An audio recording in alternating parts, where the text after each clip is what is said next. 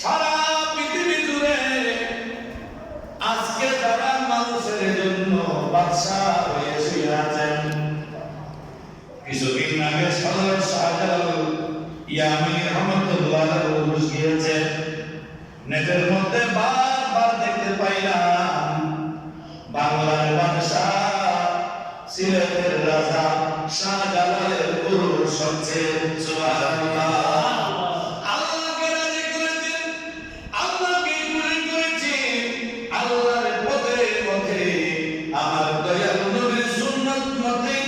নবীর সুন্নতের পথে ইয়াদ করে নবীর সুন্নতকে বুকে ধারণ করে আপনি দেখি জীবন তিনি অতিবাহিত করেছেন। কিয়ামত পর্যন্ত যত মানুষ জমিনের মধ্যে আসবে, বাংলার জমিনে যারা আসবে, তারা যদি নাফরমান না হয়, হযরত শাহজালাল রহমাতুল্লাহ আলাইহি ওই যে ত্যাগ শিকার তিনি বাংলার জমিনের জন্য দিন প্রসারের জন্য করেছেন, সেটা কিয়ামত পর্যন্ত স্মরণ করবে। সুবহানাল্লাহ। কিয়ামত পর্যন্ত স্মরণ করবে। তিনি যে ধর্মের জন্য যে ত্যাগ স্বীকার করেছেন, জীবনকে বিলীন করে দিয়েছেন, হামজা আলী জীবনকে বিলীন করেছেন, শাহ আমানত সময়কে বিলীন করেছেন, বালবান্দারী জীবনকে বিলীন করেছেন, দিন ধর্মের জন্য মানুষের উন্নতির জন্য। সুবহানাল্লাহ। এই জন্য বলছি ভাই আমার, আল্লাহ রাসূলের সুন্নাত মোতাবেক যে সমস্ত মানুষ নিজের জীবনকে বাস্তবায়ন করবে, নবীর সুন্নাতকে লালন করবে, লালন করবে, নবীর প্রেম অন্তরের মধ্যে লালন করে, নবীর প্রতি বিদ্বেষ না রেখে মহব্বত রেখে যে ব্যক্তি আল্লাহর দিন কায়েমের করে থাকবে, কিয়ামত যখন কায়েম হবে, কিয়ামতের ময়দানে নয়, জমিন থেকে যখন সেই ব্যক্তি চলে যাবে, প্রত্যেকের মুখে মুখে আওয়াজ উঠবে, ওই ব্যক্তি অনেক ভালো ছিল, কোনদিন কারো ক্ষতি করে নাই, পাঁচ ওয়াক্ত নামাজ জামাত আদায় করেছে, সবসময় সুন্নতের কথা বলতো, সবসময় ভালো কাজগুলো করতো, কারো প্রতি জুলুম করে নাই। এই ব্যক্তির মতো মানুষ আর পৃথিবীতে আসবে কিনা আমরা জানি না। এরকম করে কিনা আল্লাহ মানুষ মারা যাওয়ার পর মেয়েকে 12টা বদল আস্তে আস্তে বের হয়, কারণ সে তো চলে গেছে। এই জন্য আল্লাহ রাব্বুল আলামিন কোরআনে পাকের মধ্যে বলেন, লাইনা কামতুমুস সালাতা ওয়া আতাইতুমুজ যাকাতা, যে ব্যক্তি নামাজ কায়েম করলো, নামাজ আদায় করলো এবং যথাযথভাবে যাকাত আদায় করলো, ওয়া আমানতুম বিরুসুলি, আমি আপনার প্রতি জমিনে যে সমস্ত নবী রাসূল প্রেরণ করেছি বান্দার জন্য, ওই সমস্ত নবী রাসূলদের প্রতি বিদ্বেষ ছিল না, ঈমানে পরিপূর্ণ ছিল। ওয়া আনজালতুম ওয়া আকরাতুল্লাহ করদান হাসানা, শুধু নবীর প্রতি ঈমান এনেছে তা নয়, সিদ্দিক আকবরের মতো জীবন বিলীন করে নবীর জন্য। সিদ্দিক আকবর নবীর জন্য জীবনকে বিলীন করেন নাই। হযরত মাওলানা শেখরা আমার নবী ডাক দিলেন, আলী দিকে আসো, আজকের রজনীতে আমি হিজরত করে মদিনায় চলে যাচ্ছি, আমার কাছে অনেক মানুষের আমানত গচ্ছিত আছে, আমি চলে গেলে সেগুলোকে তাদের কাছে পৌঁছাবে কি? মাওলানা আলী, আমি যে জায়গার মধ্যে ঘুমাইতাম, আজকের রজনীতে তুমি আমি রাসূলের জায়গার মধ্যে তুমি সুন্দর করে চাদর মুড়িয়ে মুখ দেখা না দিয়ে ঘুমাই থাকবা। ফজর যখন হবে, সকাল যখন হবে, মানুষ যখন আমাকে পাবে না, যখন তারা তাদের আমানত ফিরিয়ে নিতে আসবে, ও মাওলানা আলী, প্রত্যেকের আমানত যত বাস্তবায়ন করে দিবা। সুবহানাল্লাহ। মাওলানা আলী বলতে পারতেন, আল্লাহ রাসূল আপনাকে মারার জন্য কুরাইশ সত্য আছে, আপনাকে মারার জন্য কাফেররা ঘরে ঘিরে আছে, আপনাকে মারার জন্য রাস্তায় দাঁড়িয়ে আছে, আপনি তো চলে যাচ্ছেন, আপনার এই বিছানার মধ্যে আমি যদি ঘুমাই, তারা আপনি রাসূল বলে আমাকে মেরে ফেলবে। এটা বলছে, বলে না, বলছে ইয়া রাসূলুল্লাহ ফিদাকা বি ওয়া উম্মি, আমার মা বাবা আপনি রাসূলের কদমে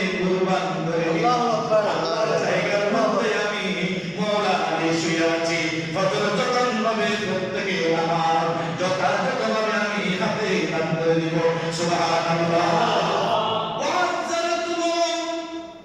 নবীকে শুধু নবীর প্রতি ঈমান আনলেন নয়, নবীকে সাহায্য করলেন, দ্বীনের কাজে নবীকে আপনি সাহায্য সহযোগিতা করলেন। ওয়া আকরাতুল্লাহ করদান হাসানা, এবং আল্লাহ রাব্বুল আলামিনকে আপনি উত্তম কর্জ দিয়েছেন। আল্লাহকে টাকা দেওয়া যায় না, পয়সা দেওয়া যায়নি, খাবার দাবার দেওয়া যায় না, টাকা পয়সা দেওয়া যায় না, কর্জ কিভাবে দিলেন? আপনি নামাজ পড়লেন, যাকাত দিলেন, রোজা রাখলেন, হজ করলেন, ভালো কাজগুলো করলেন, উত্তম আমলগুলো আল্লাহর কাছে পাঠাইলেন। আর আমার আল্লাহ বলছেন লা উকাফিরান্না আনকুম সাইয়্যাতিকুম, আমি আল্লাহ রাব্বুল আলামিন তোমাদের যাবতীয় গুনাহগুলো মাফ করে দিব। সুবহানাল্লাহ। তোমাদের গুনাহ মাফ করে দিব, রাখবেন না, গুনাহ মোচন করে দিব।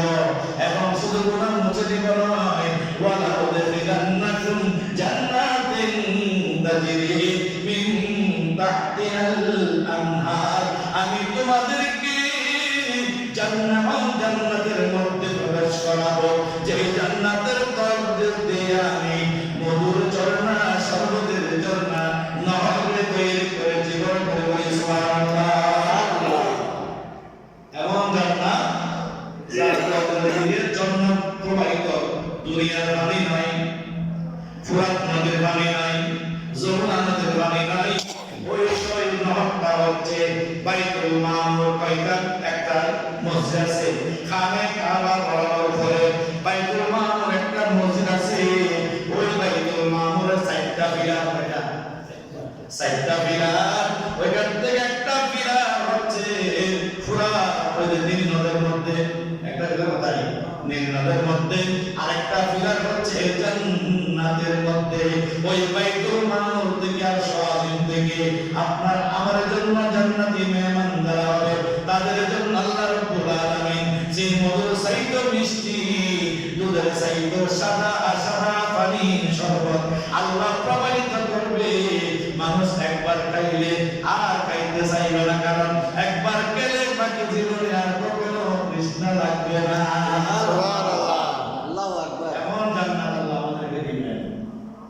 এখন বলেন, জান্নাত যদি আল্লাহ আমাদেরকে দেন, রসুলের একটা লোক মারা গেছে, সেখানে আমি যেমন করেছি কোরআন তেলাওয়াত, হঠাৎ একটা কোরআন শরীফের আয়াত ওদের মধ্যে চোখের সামনে চলে আসলো।